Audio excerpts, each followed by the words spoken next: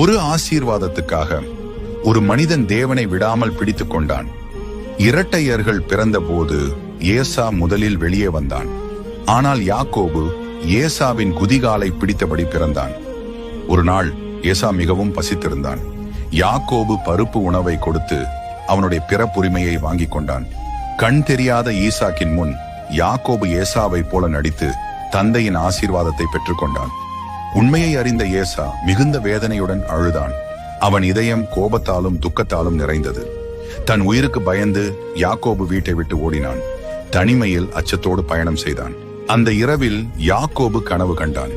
விண்ணை தொடும் ஒரு ஏணி, தூதர்கள் அதில் ஏறி இறங்கினர். தேவன் அவனிடம் வாக்குறுதி அளித்தார். ஜப்போக் நதிக்கரையில் யாக்கோபு தேவனை பிடித்துக் கொண்டு, என்னை ஆசீர்வதிக்காமல் விடமாட்டேன் என்று கேட்டான். யாக்கோபு எசாவின் முன் பணிந்து நின்றான்.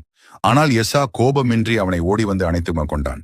பல ஆண்டுகளுக்கு பிறகு யாக்கோபும் ஏசாவும் குடும்பங்களுடன் அமைதியாக நின்றனர். மன்னிப்பு சமாதானத்தை கொண்டு வந்தது.